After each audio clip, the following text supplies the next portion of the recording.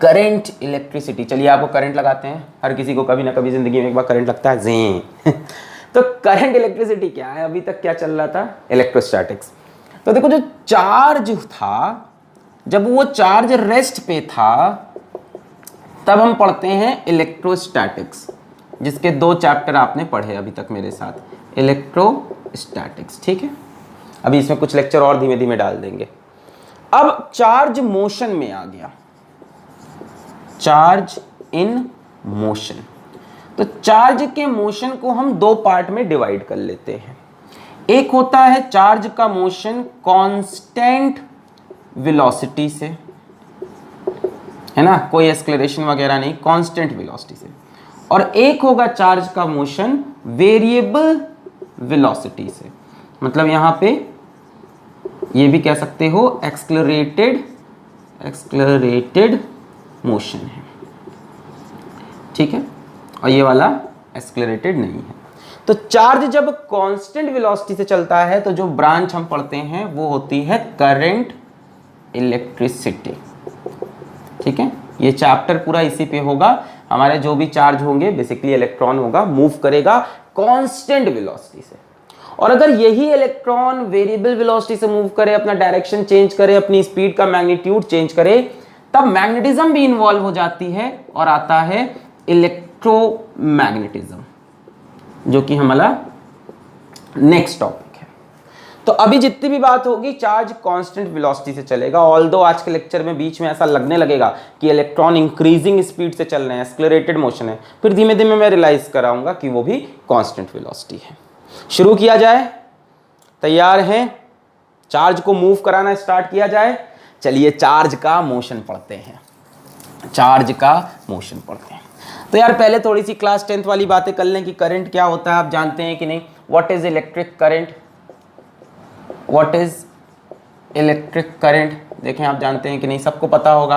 What is electric current, electric current is rate of flow of, सबने पढ़ा होगा ना ये, rate of flow of charge, यही होता है करंट। करंट का सिंबल क्या यूज करते हैं, करंट का सिंबल यूज करते हैं आई। आई इज इक्वल्स टू क्या बोल सकते हैं हम, चार्ज फ्लोन अपॉन टाइम, यही तो होता है ना। रेट का मतलब क्या होता है, कोई भी चीज divide by time, charge flown पर टाइम। तो एक करंट भी 2 तरह से डिफाइन कर सकते हैं। एक होता है करंट एवरेज, कोई एवरेज करंट निकालने को बोले तो क्या करो, यही फॉर्मूला लगा दो, है ना, delta Q upon delta T. जितना चार्ज फ्लो किया, जितने टाइम में फ्लो किया, क्यू बाई टी लिखते हो, उसी को मैंने delta Q by delta T दे दिया।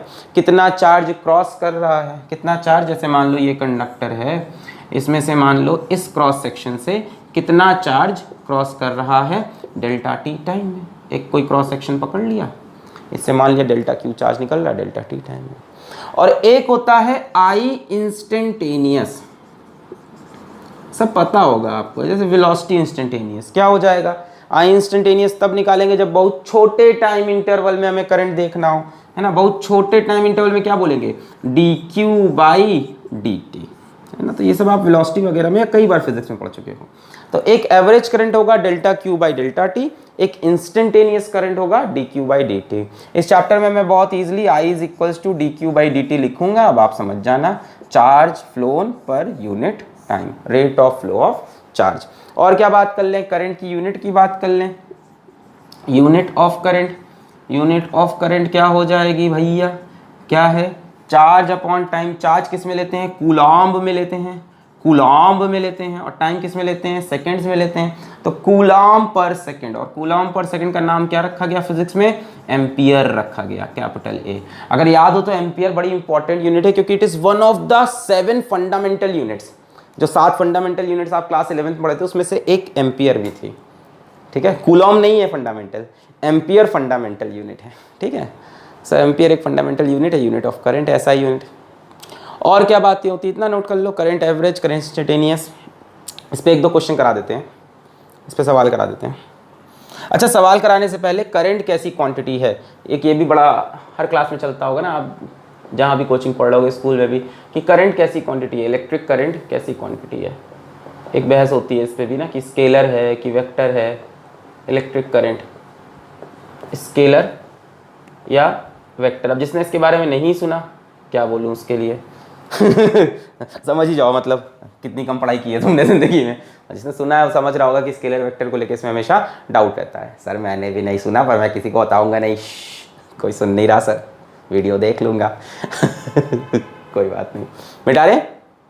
I average is delta Q by delta T, I instantaneous D Q by D T. चलिए आगे बढ़े।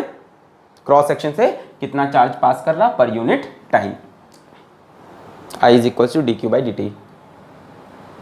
क्लियर है, मिटा दिया जाए। Okay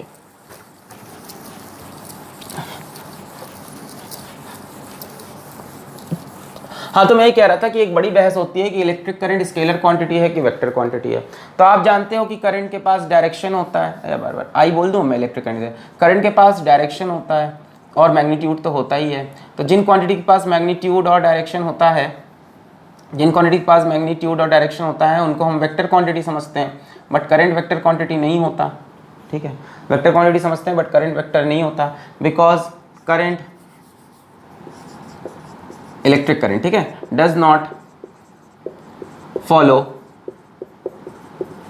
vector law of addition. Vector law of addition मतलब parallelogram law of addition, triangle law of addition, ठीक है, head tail law of addition, उनको फॉलो नहीं करता। करंट स्केलर क्वांटिटी की तरह ऐड हो जाता है। Current adds up like scalar quantity. जैसे समझाते हैं, आसानी समझो। जैसे मान लो यहाँ से आया 2 एम्पियर का करंट और मान लो यहाँ से आया 3 एम्पियर का करंट और मान लो इनके बीच में एंगल है 60 डिग्री।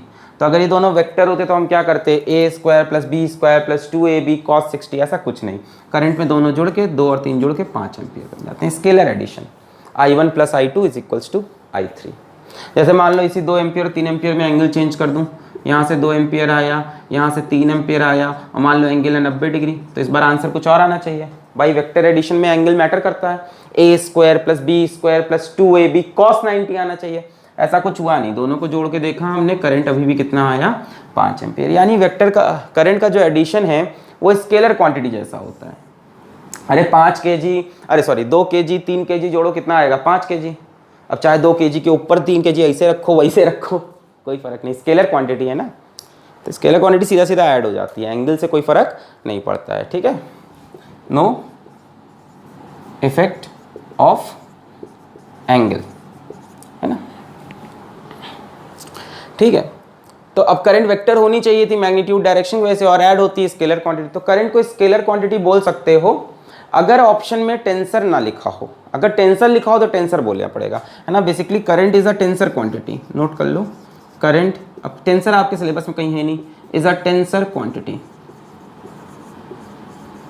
ठीक है, जैसे प्रेशर होती है टेंसर क्वांटिटी। बट अगर आपके पास 4 ऑप्शन में टेंसर नहीं दिखाई पड़ रहा है और स्केलर दिखाई पड़ रहा है तो स्केलर मार दो। मतलब प्रायोरिटी क्या रहेगी करंट की, पहले तो अगर कुछ नहीं मिल रहा है तो स्केलर मार देना, वेक्टर तो मारना नहीं। और अगर टेंसर मिल जा रहा है तो टेंसर मार लो, यानी प्रायोरिटी रहेगी पहले टेंसर। अगर टेंसर क्वांटिटी दिखती टेंसर, अदरवाइज स्केलर। अब ये पूरी एडवांस, अब जब फिजिक्स पढ़ोगे, बीएससी फिजिक्स पढ़ोगे, है ना, ग्रेजुएशन करोगे तब मिलेगा। इवन बीटेक में भी नहीं मिलेगा। जो लोग बीटेक करने वाले हैं मैकेनिकल इंजीनियरिंग से, सिविल इंजीनियरिंग से, वो भी टेंसर क्वांटिटी नहीं समझ पाएंगे, उनके में भी नहीं है। सिर्फ और सिर्फ एडवांस मैथमेटिक्स में जो जाएंगे या एडवांस फिजिक्स में जो जाएंगे उनको मिलेगा, प्योर फिजिक्स में। ठीक है, अब देखिए ज़िंदगी में कभी अगर मैं बीएससी फिजिक्स पढ़ाना स्टार्ट किया 12th के बाद तो जरूर ये पढ़ाऊंगा।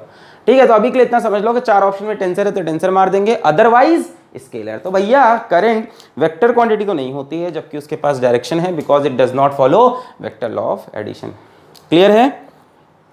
ऐ काश के हम होश में अब आए ना पाए, ऐ काश के, अब नोट कर लिया, होश में हम आए ना पाए, बस नगमे तेरे प्यार के। जो लोग मेरा वीडियो × 2 की स्पीड देखते हैं उनको ऐसे दिखता होगा, गाते ही जाए, ऐ काश के अब होश में हम आए ना पाए, है ना। कई लोग होते हैं × 2 में देखते हैं, बस में तेरे प्यार के गाते ही जाए। अगर अभी भी वो लोग 2 की स्पीड देख रहे होंगे तो ये 2 × 2 4 की स्पीड हो गया। वाओ। हाँ, तो आगे बढ़ते हैं। मैंने आपको बताया करंट कैसी क्वांटिटी होती है। करंट होती है हमारी tensor quantity, otherwise scalar quantity पे मार देंगे। तो यहाँ तक समझ में आ गया, करंट का फॉर्मूला समझ में आ गया। आओ क्वेश्चन करते हैं। अब क्वेश्चन करते हैं, question number 1, if q is equals to t square plus 4t plus 5, find I average, find I instantaneous at t is equals to 3 seconds and I average from 0 to 2 second. चलिए try करें इसको जल्दी से। 2 rupees question है ये। 2 rupees question को आप खटाक से करके दिखाएंगे। ए काश के अब होश में हम आए ना पाए। आई इंस्टेंटेनियस कैसे निकलेगा? डी क्यू बराबर डी टी। इसको डिफरेंशिएट करोगे, टी स्क्वायर का डिफरेंशिएशन 2t, 4t का डिफरेंशिएशन 4, 5 का डिफरेंशिएशन अंडा। भैया कांस्टेंट डिफरेंशिएशन अंडा होता है, 0 होता है। अब यहाँ t की वैल्यू क्या रख दोगे? 3 second. t is equals to 3 बोला है तो t की जगह 3 रख दो। तो 2 इंटू 3 प्लस 4, 2 3 6, 6 4 10, 10 एम्पियर, 10 एम्पियर। दूसरे पार्ट में क्या पूछा है? I average. तो क्या एवरेज के लिए भी D Q by D T लगाओगे? बिल्कुल नहीं। एवरेज के लिए क्या बोला है? Delta Q by delta T, यानी Q2 minus Q1 upon T2 minus T1। Q2 मतलब बाद वाला चार्ज, Q1 मतलब पहला वाला चार्ज। तो कहाँ से कहाँ बोला है? 0 से 2 सेकेंड्स, यानी Q at 2 seconds minus Q at 0 seconds divide by time T2 minus T1, 2 minus 0। ठीक है। अब Q एट 2 सेकेंड क्या होगा? ये Q का एक्सप्रेशन है, इसमें T की वैल्यू 2 रख दो और Q एट 0, T की वैल्यू 0 रख दो। यहाँ से चार्ज की वैल्यू रखनी है। समझो बात को। एवरेज करंट, एवरेज पूरे कहानी का एवरेज बताओ, एक इंस्टेंट पे नहीं। ये बोल रहा है T इज इक्वल टू 3, कहानी देख रहे हैं T इज इक्वल टू 3 पे क्या करंट? 10 एम्पियर। और आराम से देख रहे हैं 2 सेकंड में कितना करंट हुआ, एवरेज लिखा। तो एवरेज के लिए Q final minus Q initial. तो Q एट 2 सेकंड्स निकाल लो, यहाँ 2 रख दो T की जगह। 2 square 4 plus 4 into 2 plus 5, 4 8 12 5 17 coulomb. और Q एट 0 सेकेंड निकाल लो। Q एट 0, सब में 0 0 रख दो, 0 0 आएगा 5 कूलम। तो 17 माइनस 5 बटे 2, 12 बटे 2 मतलब 6 एम्पियर। तो जो एवरेज करंट है वो 6 एम्पियर है। 3 सेकंड पे अचानक से करंट ज़्यादा है तो 10 दिख रहा है। ठीक है, चेंज हो रहा है करंट टाइम के साथ। T square plus 4t plus 5, current की वैल्यू देखो 2t प्लस 4, यानी अगर करंट का ग्राफ में प्लॉट करूं टाइम के साथ तो दिख जाएगा variable current I versus t। देखो स्ट्रेट लाइन है, 2t plus 4, 2t plus 4, 2t plus 4, ये बनेगा, यही तो बनेगा स्ट्रेट लाइन। t की वैल्यू 0 रखो, करंट की वैल्यू 4 आएगी, ये 4 एम्पियर 0 रखने पे। समझ में आ रहा है? करंट चेंज हो रहा है समय के साथ साथ। और t की वैल्यू उठा के एक बार 2 रख के देख लो, 2 2 ज़ा 4 4 8, सॉरी 2 सेकंड पे, 2 सेकंड पे हो रहा है 8 एम्पियर। बोलो, को समझ में आया? t की जगह मैंने कितना रख दिया एक बार? 2 2 2 ज़ा 4 4 8, ऐसे दिखाने के लिए बता रहे हैं। 4 4 8। तो आप देख रहे हो 0 से 2 सेकंड के बीच में करंट 4 से लेकर 8 के बीच में वेरी कर रहा है, तो एवरेज आ गया 6 एम्पियर। ये ऐसे ही फील के लिए फॉर्मूला समझ में आया? Instantaneous D Q by D T, average delta Q by delta T. क्या टेंशन है? तो चार्ज से करंट निकालना बच्चों का खेल है और करंट से चार्ज निकालना वो भी बच्चों का खेल है। वो करके हम देखें, चलो देखते हैं। मिटा रहे हैं? अरे आना मेरे प्यार को ना तुम झूठा समझो जाना। सर हु इज दिस आना? सनम तुम्हें पाने का ये था सारा बहाना। आना मेरे प्यार को ना तुम झूठे समझो जाना। ओह, हु इज दिस आना? इट इज अ गाना। Question number 2 which is I is equals to t square plus 1. Find charge flown through a cross section between 0 to 3 second. Also find the number of electrons that flows in this time, ठीक है, उसी cross section से कितने electron भी पास कर रहे हैं। बाकी मेरी इंग्लिश आपको पता है, मैंने हार्वर्ड से इंग्लिश पढ़ रखी है, तो थोड़ा इधर उधर हो जाता है। ट्राई करें, इस बार करंट देके चार्ज पूछा, कर सकते हो, बहुत आसान है, फॉर्मूला वही है क्या, I is equals to D Q by D T. तो इस बार तो चार्ज दिया नहीं, क्या करें सर, क्या करें क्या करें क्या करें, अरे क्या करें सर, आए भाई बताऊं इसको, तो आप D Q is equals to I D T भी तो लिख सकते हो। अब इधर भी इंटीग्रेट, इधर भी इंटीग्रेट, ये सांप जैसा क्या है, ऐसा तो कोई नहीं बोल रहा है इंटीग्रेशन, इधर भी इंटीग्रेट, इधर भी, डी क्यू को इंटीग्रेट करोगे क्या मिल जाएगा, डी क्यू को इंटीग्रेट करोगे क्यू मिल जाएगा, और आई डी टी का इंटीग्रेशन लगा दो। कहाँ से कहाँ इंटीग्रेट करना चाहिए हमको, charge phloem through a cross section between 0 to 3 seconds. तो आई की जगह T square plus 1 into D T, कहाँ से कहाँ 0 to 3, नहीं समझ में आया। करंट क्या होता है, rate of flow of charge, charge चाहिए तो आई डी टी कर दो, सिंपल मैथमेटिक्स है भाई, इंटीग्रेट कर दिया, D Q is equal to integration I D D, D Q कोई क्यू यहाँ रखा है, integration of I D T में आई की वैल्यू रखी, डी टी की वैल्यू। अब इंटीग्रेट करना आपको आता ही होगा, टी स्क्वायर का इंटीग्रेशन होगा T cube by 3 plus 1 D T का इंटीग्रेशन हो जाएगा टी, हाँ या ना, 1 डी टी का इंटीग्रेशन क्या हो जाएगा टी, टी स्क्वायर का टी क्यूब बाई 3, 0 से लेके 3, यहाँ पे टी की जगह 3 रखो, फिर टी की जगह 0, तो 3 cube by 3 plus 3 minus 0 cube by 3 plus 0, वो तो 0 हो गया। तो आंसर आ रहा है 27/9 यानी कि 27/3 यानी कि 9 प्लस 3, 12 कूलम। कितना चार्ज फ्लो किया, 12 कूलम।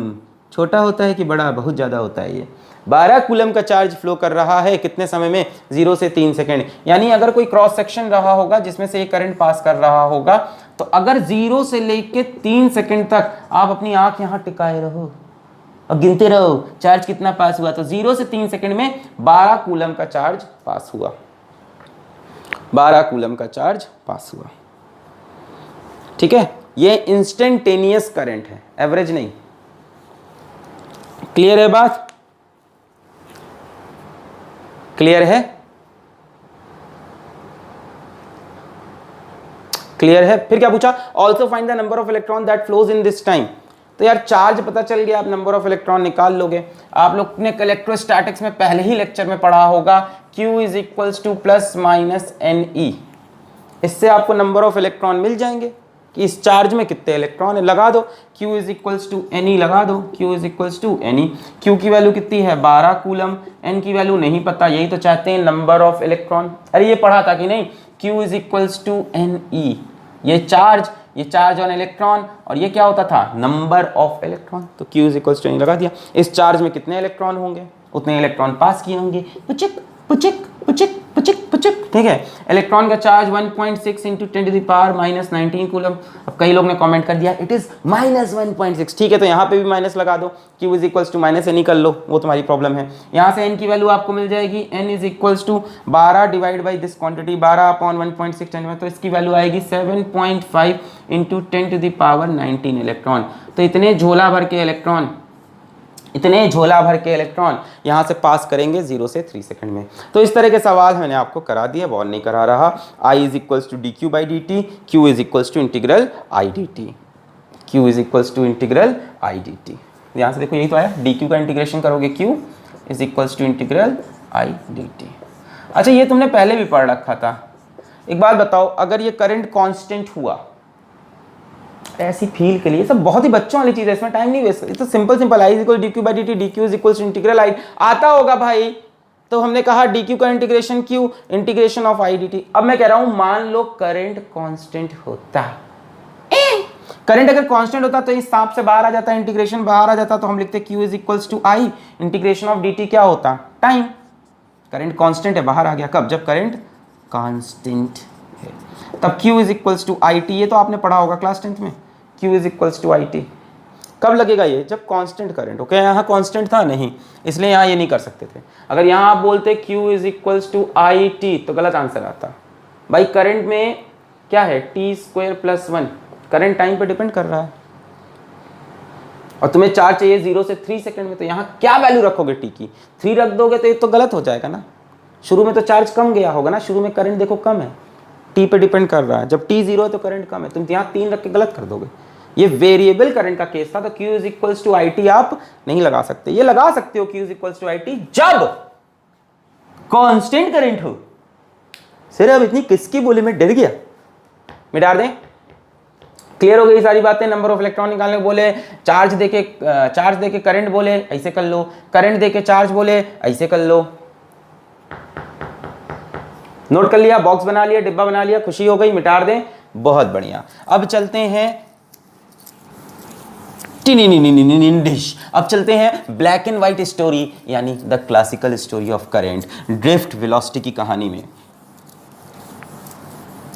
अब मैं यहां से जो भी बोलूंगा, मैं गीता पे हाथ रख के बोलता हूं, सच बोलूंगा, सच के सिवा कुछ नहीं बोलूंगा। ये सारी चीजें मैंने किसी न किसी किताबों में पढ़ी है, ये किसी एक किताब की नॉलेज नहीं है, मिक्सअप नॉलेज है। ज्यादा चीजें मैं कोशिश करूंगा कि यहाँ एनसीईआरटी से आए। ये कहानी है, ये कहानी मतलब बाद में लिखी गई, पहले रिजल्ट देखे गए। हमने देखा कि करंट ऐसा ऐसा होता है, इलेक्ट्रॉन ऐसे ऐसे चलता है, एक्सपेरिमेंट किए ये होता है, तो हमने एक मनगढ़ंत कहानी बनाई है। हमने नहीं बनाई हम क्यों बनाएंगे, हम बनाते बच्चों बहुत ही अच्छी कहानी बनाते, ठीक है, ये बड़ी खराब है। तो इन्होंने एक कहानी बनाई कि क्या ऐसे करंट फ्लो करता होगा, इलेक्ट्रॉन कैसे चलता होगा, ऐसे ऐसे चलता है इलेक्ट्रॉन।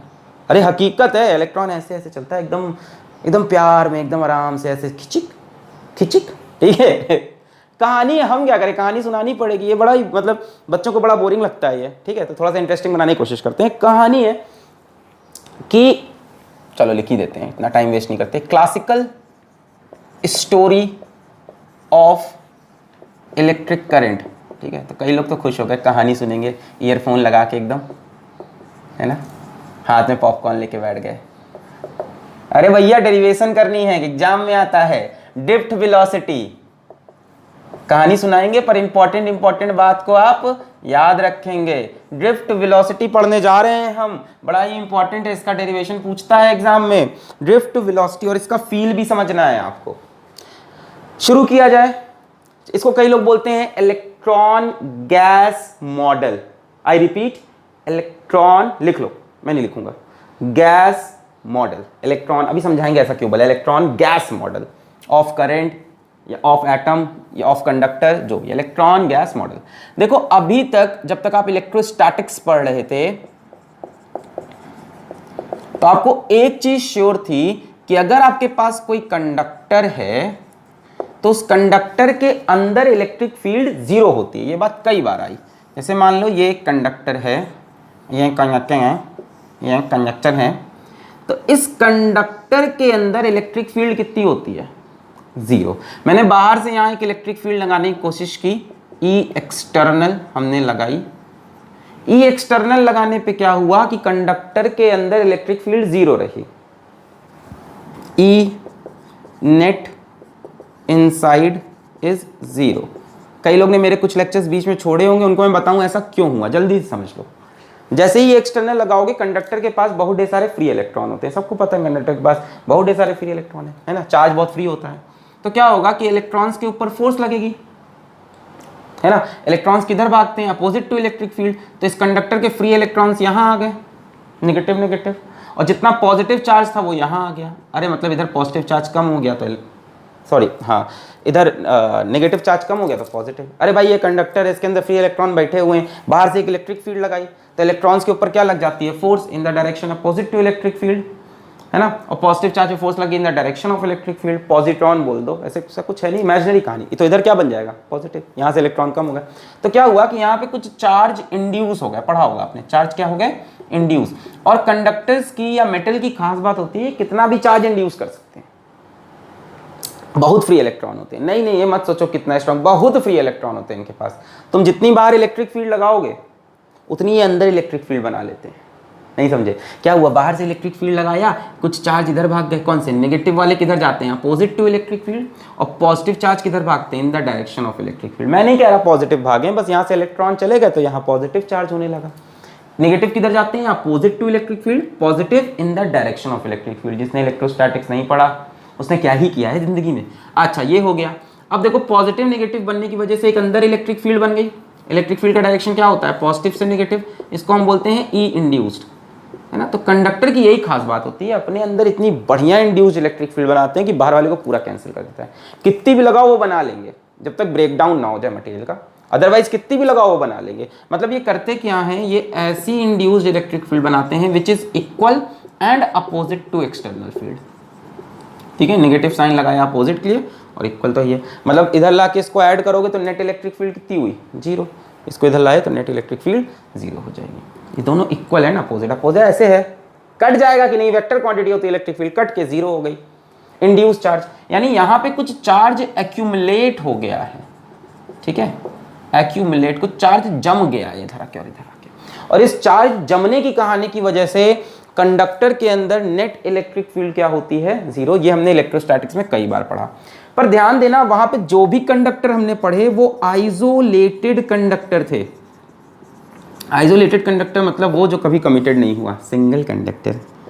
हाय सर मैं शर्मा गया, हाय शर्माऊं किसी किसी को बताऊं, कैसे किसी में सुनाऊं सबको अपनी प्रेम कहानियां। कोशिश कर लो घर में प्रेम कहानी सुनाने की, फ्लाइंग चप्पल आपको रिसीव हो जाएगा,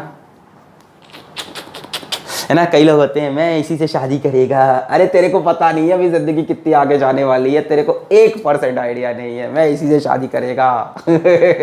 उस 60 बच्चे वाली क्लास में उतनी ही डोमेन के अंदर यही भगवान ने मेरे लिए बनाया। अरे भगवान ने तुम्हारे लिए कुछ और भी शायद बनाया हो, पहले दुनिया तो देखो बाहर। नहीं, उसी 60 की क्लास में यही जीवन साथी है, we are made for each other.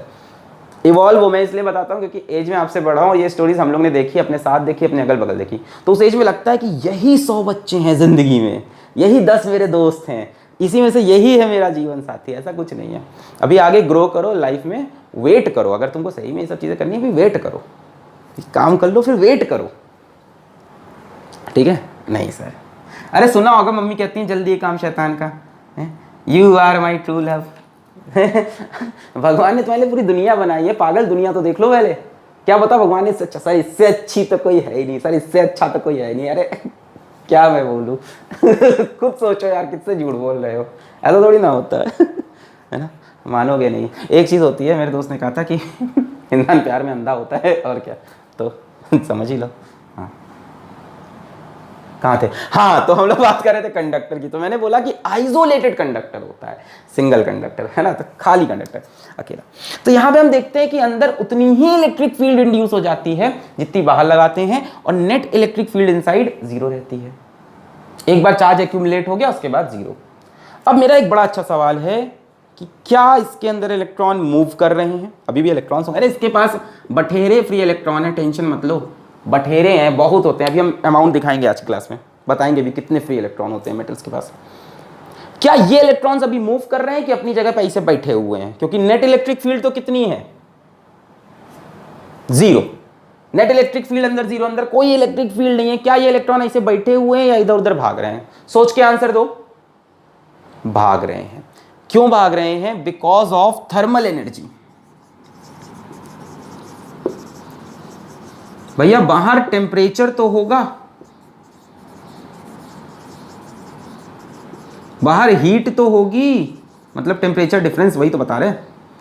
जैसे मान लो इस कंडक्टर का टेम्परेचर है मान लो 25 डिग्री सेल्सियस और बाहर का टेम्परेचर है मान लो 28 डिग्री सेल्सियस, तो बाहर टेम्परेचर इससे ज़्यादा है कि नहीं, तो ये बाहर से हीट एनर्जी तो एब्जॉर्ब कर रहा होगा, ट्रांसफर ऑफ हीट।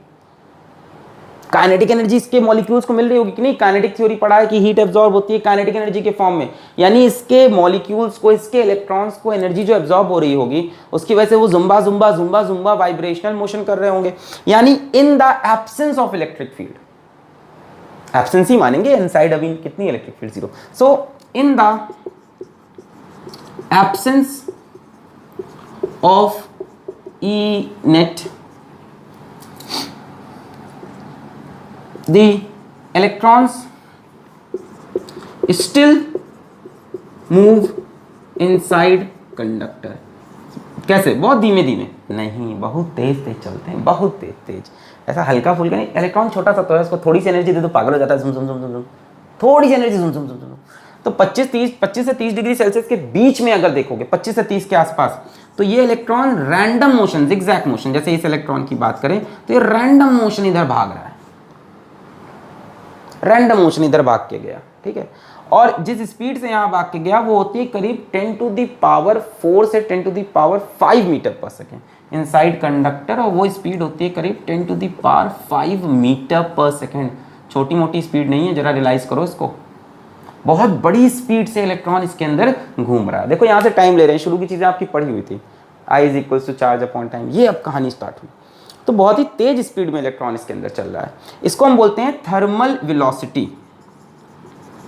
क्या बोलते हैं? थर्मल वेलोसिटी, और डिनोट करते हैं इसको U से। V से करो, U से करो, आपकी मर्जी है।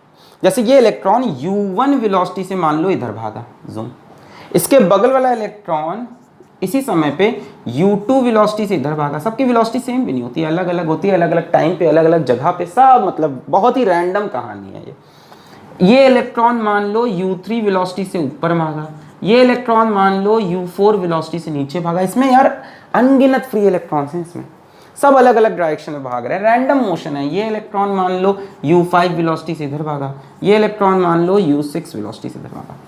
तो इतने ज्यादा इलेक्ट्रॉन है और इतनी ज्यादा रैंडम डायरेक्शन है कि लास्ट में हम ये एज्यूम करते हैं, लास्ट में हम इस पूरी कहानी से ये एज्यूम करते हैं कि U एवरेज जो है वो 0 है, इसीलिए अंदर कोई करंट नहीं पैदा होता। वरना आयरन का रॉड अपने सामने रखो, उसको छो झक से करंट मार दे कि उसके अंदर करंट चल रहा है, क्योंकि इलेक्ट्रॉन मूव कर रहे हैं। जिधर इलेक्ट्रॉन मूव करते हैं उसके अपोजिट डायरेक्शन में करंट होता है, ये बात सबको पता है। पता है ना, पक्का ना, झूठ तो नहीं बोल रहा है। जब करंट ऐसे चल रहा है तो इलेक्ट्रॉन हम मानते हैं उसके अपोजिट डायरेक्शन। तो यही हम कह रहे हैं, मान लो रखा रखा कंडक्टर है, रखे रखे कंडक्टर में मैंने क्या क्या बोला, चलो पूरी कहानी जल्दी से फिर से देखते हैं। कि एक एक्सटर्नल इलेक्ट्रिक फील्ड लगाई, उसकी वजह से एक इंड्यूस्ड इलेक्ट्रिक फील्ड बनी। कैसे बनी? इसके अंदर के इलेक्ट्रॉन इलेक्ट्रिक फील्ड के अपोजिट भागे, इधर पॉजिटिव चार्ज आ गया, पॉजिटिव नेगेटिव बीच में इंड्यूस्ड इलेक्ट्रिक फील्ड। इनके पास इतने ज्यादा चार्ज हैं, कितनी भी स्ट्रॉन्ग इलेक्ट्रिक फील्ड हो, ये यहाँ भी उतनी ही स्ट्रॉन्ग इलेक्ट्रिक फील्ड बना लेते हैं। जब बना लेंगे तब चार्ज मूव करना बंद कर देंगे, ये भी तो समझो, है ना। इतने चार्ज इधर इधर मूव कर गए, ये इलेक्ट्रिक फील्ड और ये इलेक्ट्रिक फील्ड बराबर हो गई, अंदर नेट इलेक्ट्रिक फील्ड 0 हो गई, क्योंकि ई इंड्यूस्ड ई एक्सटर्नल के बराबर, प्रोवाइडेड आइसोलेटेड कंडक्टर हो। कहानी समझते जाना। फिर हमने कहा क्या इस सिचुएशन में इसके अंदर के इलेक्ट्रॉन अब कहीं मूव करेंगे? अब पूरी कहानी खत्म होने के बाद ये चीज तुरंत हो जाती है, माइक्रो सेकेंड्स में। इतने फ्री इलेक्ट्रॉन है, ये कहानी खटक, तुमने एक्सटर्नल फील्ड लगाई, खचक से चार्ज ऐसे एक्यूमुलेट हुआ, खटक से इंड्यूस्ड इलेक्ट्रिक फील्ड बनी, और तुरंत, समझ गया नेट, ये तुरंत होता है, इंस्टेंटेनियसली। इंस्टेंटेनियसली, इसमें ऐसा नहीं है कि बहुत समय लगेगा, कहानी चलेगी, रात होगी, उसके बाद तुरंत खटाक से। तो नेट इलेक्ट्रिक फील्ड हमेशा कंडक्टर के अंदर 0 होती है, आइसोलेटेड कंडक्टर है। हमने कहा क्या इस सिचुएशन में इलेक्ट्रॉन कहीं मूव कर रहा होगा? अब इलेक्ट्रिक फील्ड तो है नहीं, इलेक्ट्रिक फील्ड होती तो इलेक्ट्रॉन उसके अपोजिट डायरेक्शन में मूव करता, पर हमने कहा मूव कर रहा होगा। In the absence of E net the electron still move inside conductor, thermal velocity due to thermal energy, due to temperature, due to heat, by temperature difference और heat transfer होगी। Electron बहुत छोटा सा, थोड़ी सी heat दी, जम जम जम जम जम जम जम जम मोशन करने लगा, और जो स्पीड से मोशन करता है बहुत ही हाई स्पीड होती है, 10 टू द पावर 5 मीटर पर सेकंड के आसपास, 10 टू द पावर 4 से 10 टू द पावर 5 मीटर पर सेकंड के आसपास। फिर हमने कहा कि अलग अलग इलेक्ट्रॉन अलग अलग डायरेक्शन में मूव करते हैं, ये मोशन बहुत ही रैंडम होता है। ये वर्ड जरूर लिखना कॉपी में, ये मोशन बहुत ही ज्यादा रैंडम मोशन होता है। कोई इधर भाग रहा, कोई उधर भाग रहा, सबकी स्पीड सेम नहीं होती है, पर इतना ज्यादा रैंडम हो गया कि हमने लास्ट में माना U average is 0। U average को आप ऐसे लिख सकते हो, यहां लिखते हो U average, average thermal velocity is equals to U1 plus U2 plus U3 dot dot dot dot dot dot UN divided by N, and it is seen that U average comes out to be 0।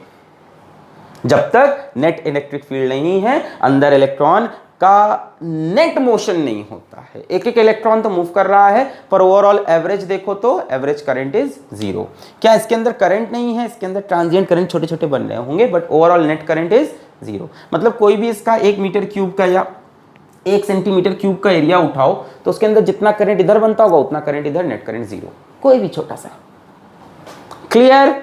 कोई आपसे बोले इसके अंदर electron नहीं move कर रहा, गलत बोल रहा है, इलेक्ट्रॉन मूव कर रहा है। कोई आपसे बोले जब नेट इलेक्ट्रिक फील्ड है तो अंदर इलेक्ट्रॉन रेस्ट पे है, no, electron is in motion. Average पे वो रेस्ट पे है, यस, एवरेज पे रेस्ट है। इसकी एवरेज वेलोसिटी 0 है। अगर आप पे यहीं पे मैं घुमा के एडवांस में एक सवाल पूछ लूं कि इस टाइम इलेक्ट्रॉन का एवरेज स्पीड 0 होगा, एवरेज स्पीड 0 नहीं है, सभी इलेक्ट्रॉन की एवरेज वेलोसिटी। अच्छा, इसमें एक बात ये भी सुन लो, कई बार पूछता है कि एक इलेक्ट्रॉन के बारे में क्या कहते हैं आप, एकदम डिटेल में चल रहा है। मैंने बोला ना कहानी है पूरी, और कई किताब से मैं पढ़ चुका हूँ 3-4 साल में, तो बहुत सारी बातें बताने को, और किसको बताऊँ, आप ही लोगों मेरे पास। हाँ, तो मैं कह रहा था एक इलेक्ट्रॉन की अगर हम बात करें तो ये एक इलेक्ट्रॉन की भी एवरेज वेलोसिटी 0 होती है। एक इलेक्ट्रॉन की भी एवरेज वेलोसिटी 0 होती है in the absence of E net. एक इलेक्ट्रॉन की भी भाई, एक सेकंड में ये इधर गया, फिर इधर गया, फिर इधर गया, फिर जुम्बा, फिर जुम्बा, जुम्बा जुम्बा जुम्बा जुम्बा जुम्बा, समझ रहे हो? किसी एक को भी पकड़ोगे तो भी एवरेज 0, क्योंकि उसका कोई नेट मोशन नहीं, बट किसी पर्टिकुलर टाइम पे यस ये इधर जा रहा है, ये इधर, ये इधर। क्लियर है? एवरेज स्पीड 0 नहीं है, स्पीड अलग चीज होती है, total distance upon total time. तो डिस्टेंस तो लगातार ये सब कवर कर रहे हैं, एवरेज वेलोसिटी 0 है। ये कहानी अच्छे से समझ में आई? पक्का समझ में आई? बहुत बढ़िया। अब मजा आएगा कहानी जब आगे बढ़ेगी, जब इसमें मैं बैटरी कनेक्ट करूंगा। अभी तक ये आइसोलेटेड था, चार्ज एक्यूमुलेट हो रहा था, अब आज इसमें बैटरी लगने वाली है। मिटा रहे? मिटा रहे? मजा आ रहा है? मिटा रहे? मजा आ रहा है? सर मजा आ रहा था, पर आपने बोला कि she is not the one, he is not the one. मैं तो अपने क्लास वाले को ही दिल बैठा था, आपने तो दिल ही तोड़ दिया। कोई नहीं सर, यार अंधा होता है, मैं आपकी बात थोड़ी देर सुनेगा। कोई नहीं सुनता किसी की बात, है ना? सिर्फ समय सिखाता है इंसान को। आओ, मेरा आज कोई ब्रेकअप वेकअप नहीं हुआ है, सब लोग टेंशन क्या हो गया सर, बातें हैं आ जाती हैं। तो वापस आते हैं टॉपिक पे। मैं बात कर रहा था कि अब अगर हम इसी स्टोरी में एक बैटरी कनेक्ट कर दें, कहानी वही, बैटरी नहीं, रिश्ता वही, सोच नहीं, है ना? यहाँ हमने एक बैटरी लगा दी एक्सटर्नल, मान लो V इसका वोल्ट है, यहाँ प्लस V है, यहाँ 0 है, सब कर चुके। खैर, अब बैटरी लगाने से फायदा क्या हुआ? एक तो ये हुआ कि एक एक्सटर्नल इलेक्ट्रिक फील्ड बनी। भाई बैटरी पोटेंशियल डिफरेंस देती है, यहाँ पे प्लस पोटेंशियल लगा दिया, यहाँ पे 0 या नेगेटिव लगा ले, प्लस माइनस कर ले, ठीक है? प्लस है माइनस है ना? यहाँ मान लो 10 है, यहाँ मान लो 2 है, डिफरेंस कितना हो गया? यहाँ मान लो 10 है, यहाँ -2 है, डिफरेंस कितना हो गया? 12 का हो गया। या यहाँ बाहर लिख लो, यहाँ 0 लिख लो, तो भी डिफरेंस 12 करेगा। ये प्लस होता है माइनस। अच्छा, यानी एक एक्सटर्नल इलेक्ट्रिक फील्ड बनी, ई एक्सटर्नल, जिसकी वजह से अंदर इलेक्ट्रॉन मूव करना स्टार्ट करेंगे, और वही पूरा चार्ज एक्यूमुलेशन की कहानी हुई। और चार्ज एक्यूमुलेट हुए, ये बनेगी एक्सटर्नल फील्ड, तो चार्ज इधर भागेंगे, इलेक्ट्रॉन्स इधर भागेंगे। अरे है कि नहीं इसके अंदर इलेक्ट्रॉन एक्सटर्नल इलेक्ट्रिक फील्ड के अपोजिट, तो यहाँ पे आके नेगेटिव, यहाँ पे पॉजिटिव। पर इस बार चार्ज एक्यूमुलेट नहीं हो पाया। क्यों? क्योंकि नेगेटिव बगल में पॉजिटिव टर्मिनल है, कुचुक, सारे इलेक्ट्रॉन अब इधर बह जाएंगे। ये इलेक्ट्रॉन कह रहे थे हम जल के यहाँ पे जम जाएंगे, चलो चलो चलो जमेंगे, चलो, आई फिसल गया। हुआ क्या? इस बार कनेक्टिंग वायर्स आ गए, जिससे एक बैटरी जुड़ी है जो इलेक्ट्रॉन को लगातार चलाती रहती है, जमने नहीं देती है। बैटरी इलेक्ट्रॉन सप्लाई करती है, गलत। बैटरी इलेक्ट्रॉन को चलाती रहती है, सही। Cell is a source of energy. Clear है बात? तो ये बैटरी क्या करती है? यहां से इलेक्ट्रॉन पकड़ के खींच लेती है, मतलब अब चार्ज एक्यूमुलेट नहीं हो पाएगा। इसी को आप यहां पॉजिट्रॉन के टर्म में समझ लो कि पॉजिटिव चार्ज को पकड़ के इधर से खींच लेती है। असल में खेल तो सारा इलेक्ट्रॉन को है। सो जैसे ही आप कनेक्टिंग वायर्स लगाओगे, कनेक्टिंग वायर्स अक्रॉस कंडक्टर, जैसे ही आप कनेक्टिंग वायर्स अक्रॉस कंडक्टर लगाओगे, वैसे ही क्या होगा? ये चार्ज एक्यूमुलेशन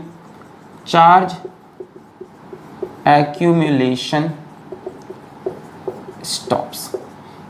अब चार्ज फ्लो करना स्टार्ट कर देंगे, बैटरी चार्ज को पकड़ के घुमा देगी।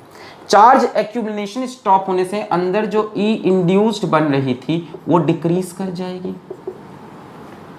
है ना? मान लो करीब करीब 0 हो गई। सब बैटरी लगाने का फर्क पड़ा। अब ये आइसोलेटेड कंडक्टर नहीं है, ये इलेक्ट्रोस्टैटिक्स की कंडीशन नहीं है। अब इसके अंदर नेट इलेक्ट्रिक फील्ड होगी, और आ गया chapter current electricity. E net inside is not equal to 0, जबकि कंडक्टर है। समझ में आ गई कहानी? बार बार हम बात करते थे कंडक्टर के अंदर नेट इलेक्ट्रिक फील्ड 0 अभी भी हो सकती थी, वो बैटरी ने चार्ज का सर्कुलेशन बनाए रखा था। जब भी बैटरी लगाते हैं कंडक्टर के अंदर इलेक्ट्रिक फील्ड आ जाती है। क्लियर है यहां तक? अब जैसे ही इलेक्ट्रिक फील्ड इसके अंदर आ गई, अरे आ गई भाई, ये घुस गई इसके अंदर, ये चार्ज तो बह गया, ये चार्ज भी बह गया। There is no charge accumulation stops, ये चीज बंद हो चुकी है। तो एक इलेक्ट्रिक फील्ड ऐसे बन गई है खूबसूरत सी। अब सुनो, मजा आ रहा है? कहानी समझ में आ रही है? चलो, मैं खुश हूंगा अगर कहानी के अंत में तुमको मजा आया पूरी कहानी सुन के। तो एक इलेक्ट्रॉन यहाँ पे है, किधर भागेगा? फील्ड की डायरेक्शन में, कि फील्ड के अपोजिट? फील्ड के अपोजिट, इधर। यानी इस इलेक्ट्रॉन पे एक फोर्स लगेगी, F, कितनी फोर्स लगती है on a charge particle in electric field? अगर ये इलेक्ट्रिक फील्ड है, इसके अंदर कोई चार्ज पार्टिकल है, अगर ये पॉजिटिव होगा तो फोर्स इधर लगेगी QE, अगर ये नेगेटिव होगा तो फोर्स इधर लगेगी QE। छाप लो, ये बात तो पता होगी आपको।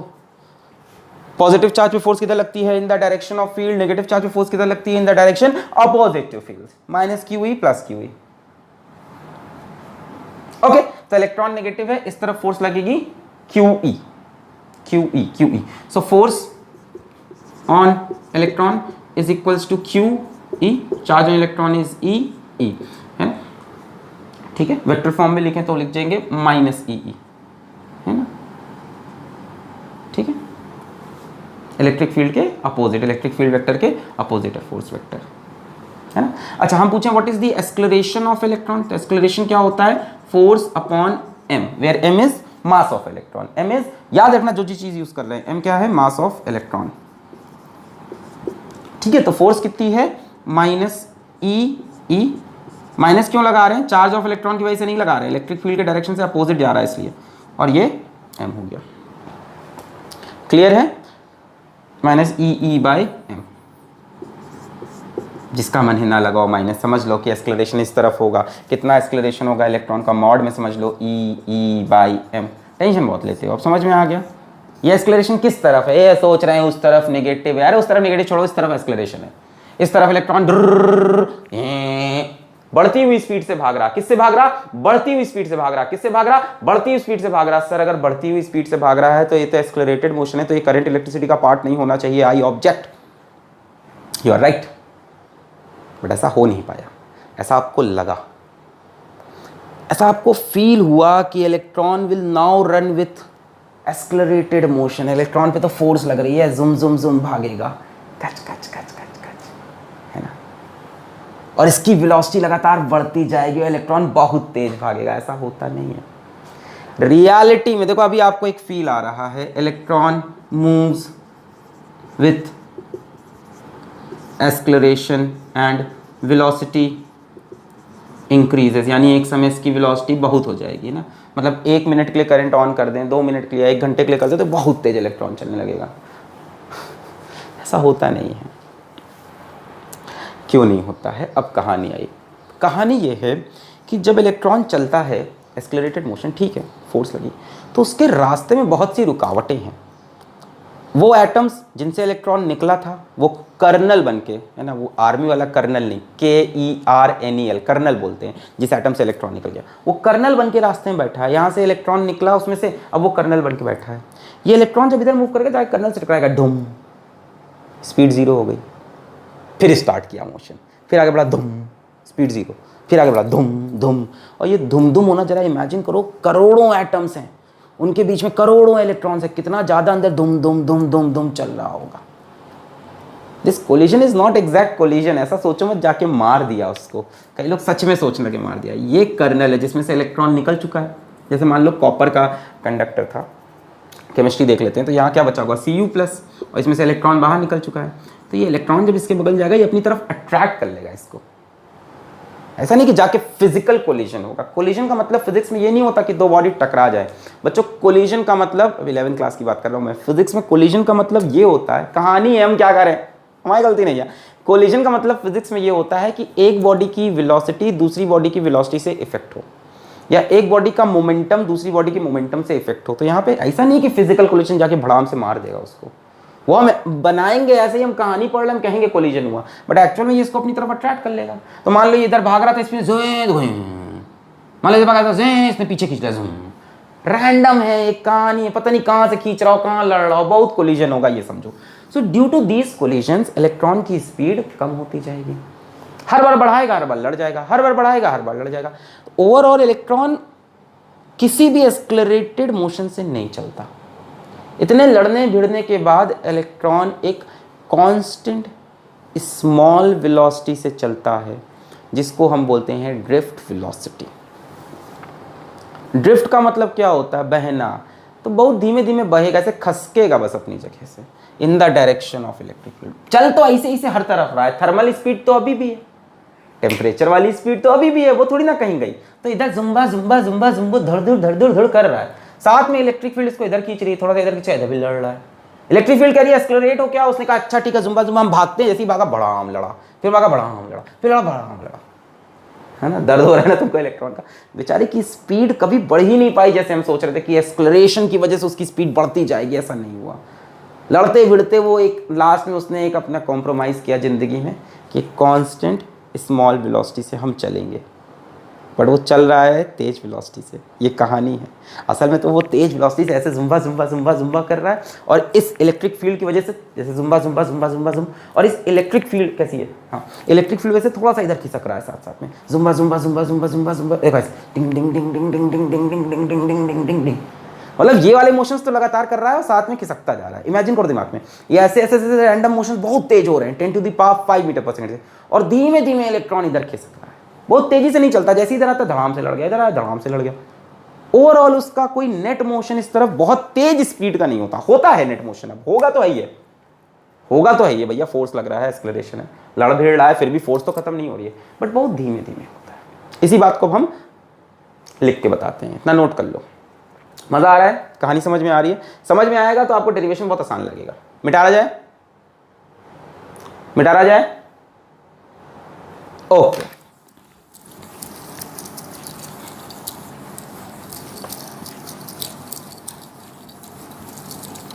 ठीक है, एक्सलरेशन की वैल्यू याद रखना, इलेक्ट्रॉन के एक्सलरेशन की वैल्यू आपने निकाली है फोर्स बटे मास, और फोर्स थी minus E by M, minus ना भी याद रहे तो वैल्यू याद रखना। हाँ, तो अब आते हैं वापस कहानी पे। So it seems that electron will move with acceleration and its velocity will keep on increasing, but due to continuous collisions with kernels, kernel समझ गए, रिमेनिंग पार्ट ऑफ एटम ऐसे बना देते हैं, ठीक है, जिसमें से इलेक्ट्रॉन निकल चुका है। कर्नल्स, कर्नल्स को हम ऐसे दिखाएंगे, ठीक है, चलो आज की कहानी में कर्नल को ऐसे दिखा देंगे। Colonel's, the velocity of electron keeps on decreasing. अच्छा, ऐसा नहीं है कि डिक्रीज ही होती रहेगी, फिर बढ़ेगी, due to acceleration it decreases. तो overall electron moves with a constant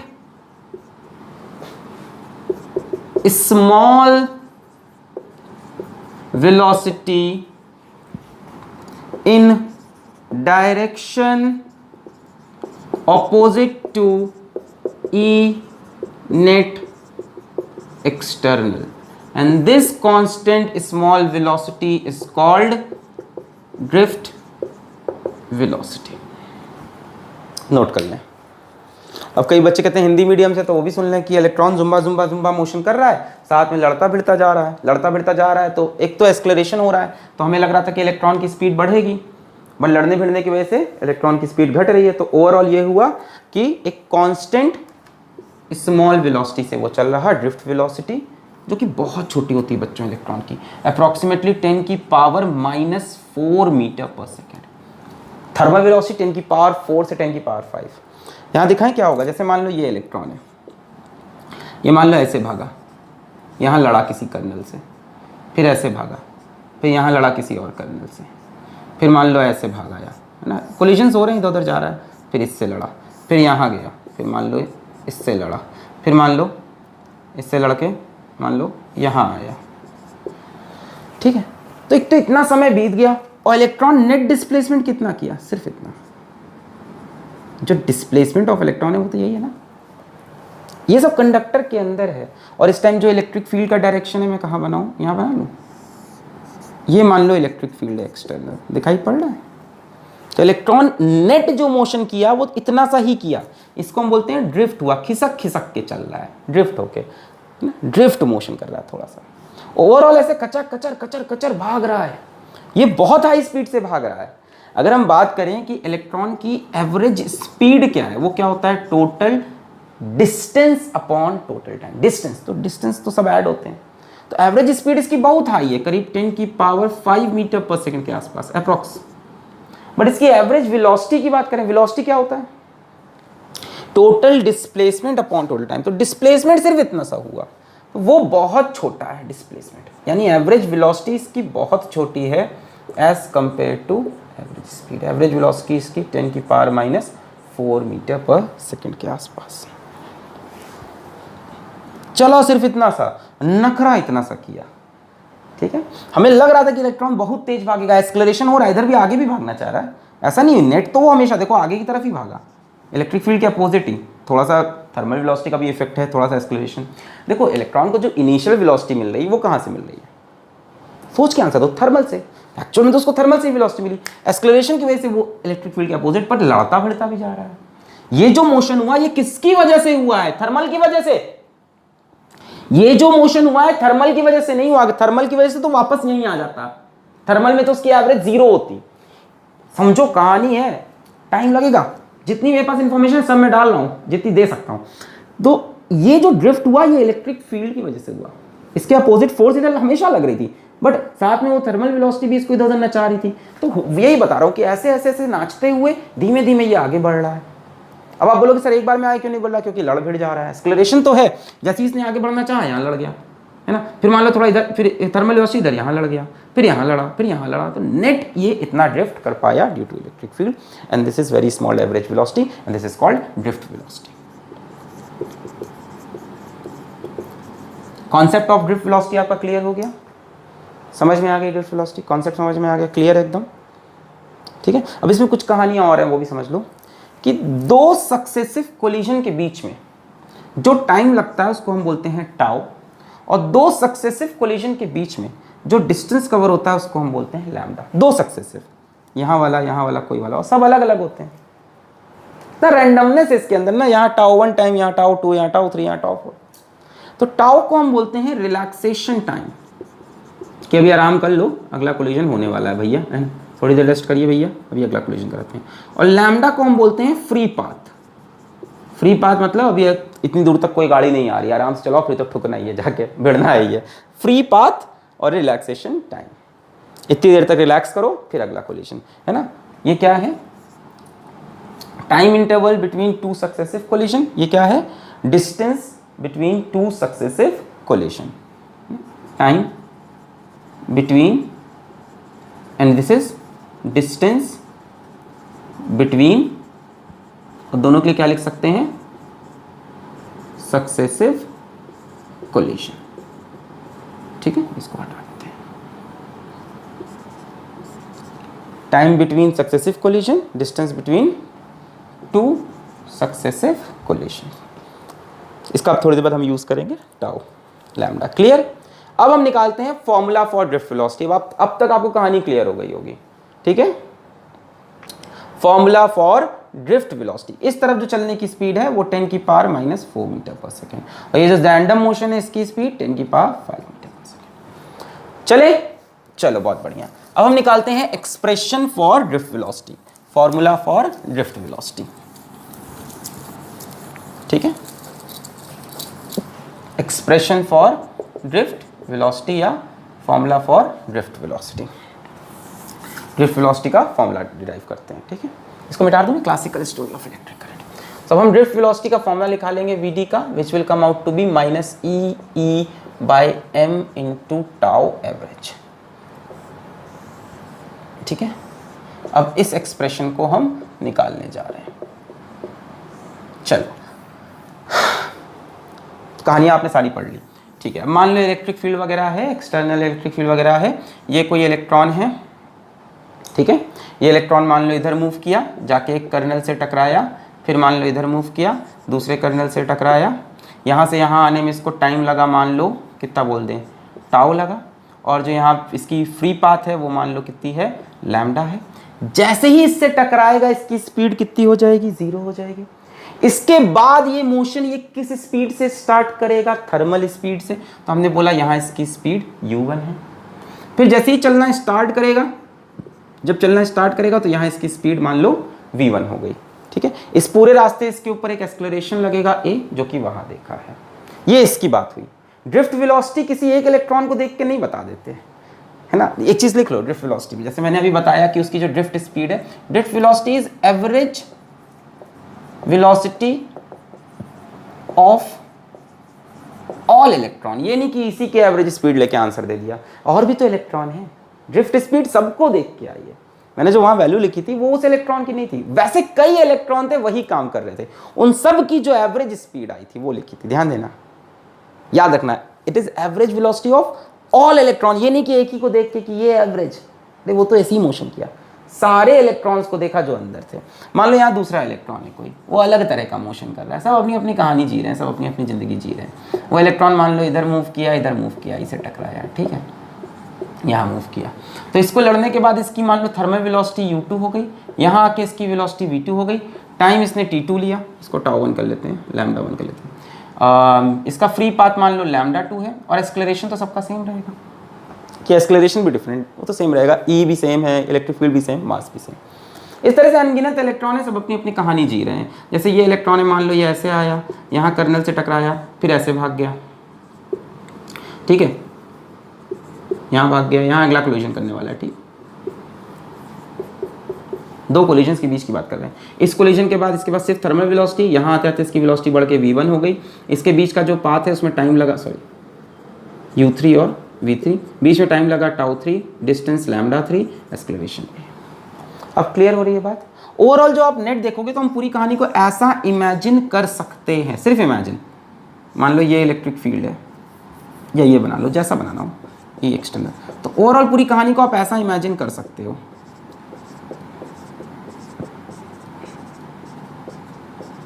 कि सारे इलेक्ट्रॉन धीमे धीमे धीमे इस तरफ चल रहे हैं, बहुत धीमे धीमे, किस स्पीड से, ड्रिफ्ट वेलोसिटी से। ओवरऑल जब बाहर से देखोगे तो ये रैंडम मोशन दिखाई नहीं पड़ेगा, सारे इलेक्ट्रॉन्स जब पूरे बंच को देखोगे सब धीमे धीमे खिसकते जा रहे हैं, किस स्पीड से, ड्रिफ्ट वेलोसिटी से। इसको इलेक्ट्रॉन गैस मॉडल क्यों बोलते थे, इलेक्ट्रॉन गैस क्यों, गैस जैसा चल रहा है, गैस के मॉलिक्यूल्स रैंडम मोशन करते रहते हैं, पर अगर प्रेशर डिफरेंस लगा दो तो मॉलिक्यूल्स हायर प्रेशर से लोअर प्रेशर चलने लगेंगे। बट क्या अंदर उनका रैंडम मोशन बंद होता है, नहीं, गैस के मॉलिक्यूल्स लगातार रैंडम मोशन करते हैं कि नहीं, करते रहते हैं। बट अगर आप इधर हाई प्रेशर लगाओ, इधर लो प्रेशर, तो मॉलिक्यूल्स हाई प्रेशर से लो प्रेशर की तरफ आ जाएंगे। तो इलेक्ट्रॉन गैस मॉडल, इलेक्ट्रॉन से जम जम जम कर रहा है, वो दिख नहीं रहा, अब हमें एक नेट मोशन दिख रहा है इस तरफ धीमे धीमे ड्रिफ्ट स्पीड से। तो यहाँ आते हैं, ये पहले इलेक्ट्रॉन की कहानी, ये दूसरे की कहानी, ये तीसरे की। इन सभी इलेक्ट्रॉन्स की जो एवरेज स्पीड है इस तरफ जाने की, इसकी मान लो v1 हुई, इसकी v2 हुई, इसकी v3 हुई, vn हुई, उन सारी स्पीड का जो एवरेज है that is drift velocity. So v average, और you can say v drift is equals to v1 plus v2 plus v3 dash dash dash up to vn divide by n। अब v1 कैसे निकालोगे, यहाँ velocity u1, इस collision से इस collision के बीच का टाइम τ1, यहाँ वेलोसिटी v1। सो आप क्या ये लिख सकते हो, v1 is equals to u1 plus a τ1, v is equals to u plus at। इधर से v2 is equals to u2 plus a τ2, v3 is equals to u3 plus a τ3, dash dash dash dash dash dash dash dash vn is equals to un plus a τn।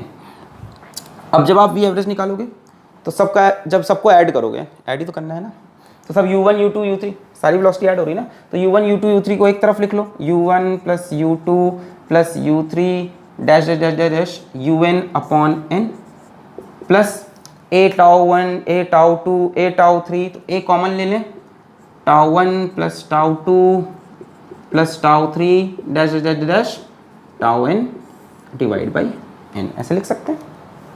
बोलो सही, सबको हमने v1 की जगह u1 plus a τ1, इसके u2 plus a τ2 सबको लिखा, फिर u1 u2 को एक तरफ कर लिया, a कॉमन ले लिया, भाई इन सबको ऐड करोगे तो u1 u2 और इसमें से a कॉमन τ1 प्लस τ2 और डिवाइड बाई n कर दिया। बच्चों ये चीज़ कितनी आने वाली है, 0, एवरेज थर्मल वेलोसिटी, हाय हाय हाय हाय, ये चीज़ कितनी हो गई, 0 हो गई। तो वेलोसिटी है, वेक्टर फॉर्म में चलेगी कहानी, है क्या बात। तो ये चीज़ पूरी 0, बहुत बढ़िया, प्लस a, अच्छा τ1 प्लस τ2 डाड़ा डाड़ा डा, इसको बोलते हैं, इसको भी कुछ बोलते हैं, हाँ इसको बोलते हैं एवरेज रिलैक्सेशन टाइम।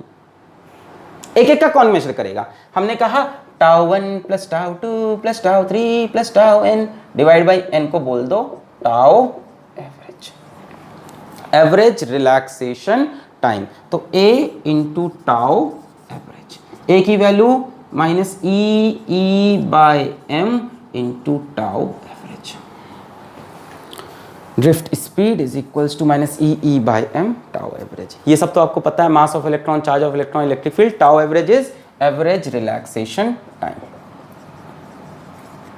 मतलब ये सभी इलेक्ट्रॉन का हमने रिलैक्सेशन टाइम देख के एवरेज निकाल दिया। This was the whole story. अब आप इसको छाप लें और एक बार रिवाइज करो पूरी कहानी यहाँ तक, तभी मजा आएगा। लंबी कहानी थी। इसके बाद हम बात करेंगे relation of drift velocity with current. बस जरा रुको, पहले इसको पढ़ो, इसको समझो, फिर भाई नोट कर लिया, इसको नोट कर लें ये चीज, फिर हम आगे बढ़े। Relationship of current with drift velocity note कर लें, पॉज करके पूरी कहानी को एक बार रिवाइज कर लें, ड्रिफ्ट वेलोसिटी तक पहुंच जाएं। फीलिंग आ रही है ड्रिफ्ट वेलोसिटी की? बहुत ही छोटी सी वेलोसिटी, धीमे धीमे चलने वाली इलेक्ट्रॉन गैस मॉडल, सारे इलेक्ट्रॉन धीमे धीमे धीमे इधर खिसक रहे हैं विथ वेलोसिटी वीडी, मतलब कांस्टेंट वेलोसिटी चलते हैं। अब यहाँ से आगे हम जितना भी डिस्कशन करेंगे, हम जब भी आपसे बोलेंगे कि इस कंडक्टर के अंदर इलेक्ट्रॉन चल रहा है, एग्जाम में सवाल आया कंडक्टर के अंदर इलेक्ट्रॉन चल रहा है, सब भूल जाना, अभी मत भूलना, बाद में सब भूल जाना और मानना इलेक्ट्रॉन चल रहा है विथ वेलोसिटी ड्रिफ्ट। चाहे एक की बात करें चाहे अनगिनत की बात करें, हम हर इलेक्ट्रॉन की वेलोसिटी को वीडी मान लेते हैं एवरेज। कहाँ एक एक की निकालते फिरेंगे, ये समझ रहे हैं? Average relaxation time tau average, tau 1 plus tau upon N. इस तरह से मीन फ्री पाथ भी होती है। क्या होती है? Mean free path. Free path दिखाया था लैम्डा 1 लैम्डा 2, एक मीन फ्री पाथ भी होती है। ठीक है, यहाँ बता देते हैं mean free path, mean free path ये क्या हो जाएगी? Lambda mean. ये क्या हो जाएगा? Lambda 1 plus lambda 2 dash dash lambda N divide by N. ठीक है, क्लियर है? क्या रिलेशन होता है? Drift velocity is equals to lambda by tau का रिलेशन होता है। ये स्पीड हो गई ना, नोट कर लें, बताएं फिर, छोटी सी बात है, वहां सवाल आ नहीं रहे। नोट कर लिया इतना? अच्छा,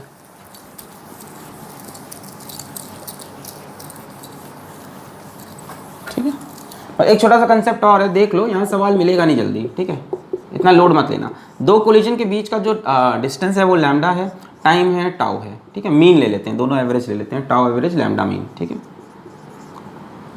तो हमने बोला यहाँ से यहाँ इलेक्ट्रॉन चला ड्रिफ्ट वेलोसिटी से, तो हम बोलते हैं V drift is equals to distance upon time.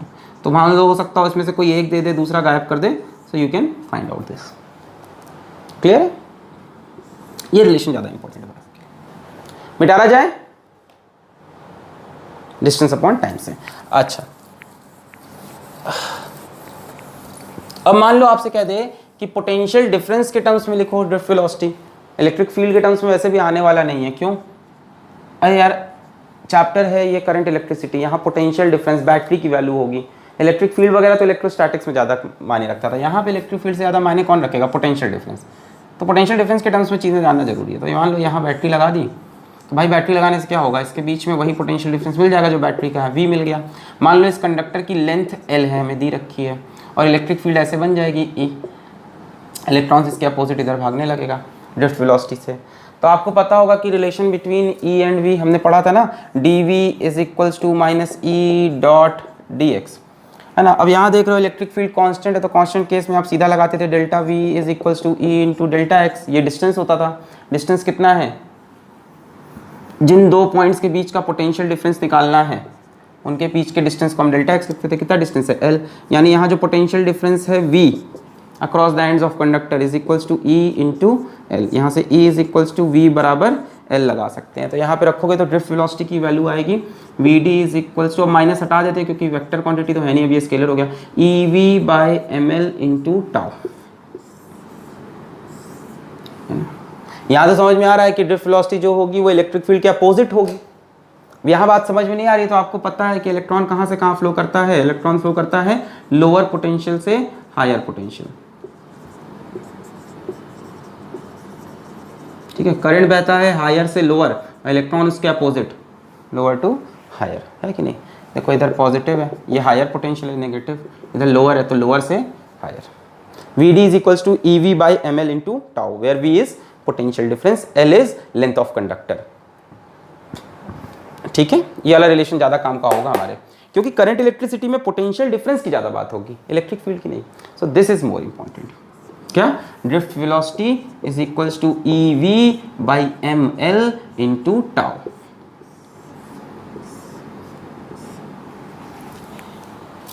मिटा दिया जाए, E is equals to V by L, ये इंपॉर्टेंट है। चलें आगे। चल, तो यहां तक बात हुई ड्रिफ्ट वेलोसिटी की। अब आता है relationship of current with drift velocity. Relationship of current with drift velocity, यहां लिख लेते हैं ड्रिफ्ट वेलोसिटी का फॉर्मूला जो इतने दिन बाद डिराइव हुआ, minus E by M into tau average, या EV by ML into tau average, ये ज़्यादा यूज होगा। ठीक है, हाँ। अब आ रहा है relationship of current with drift velocity.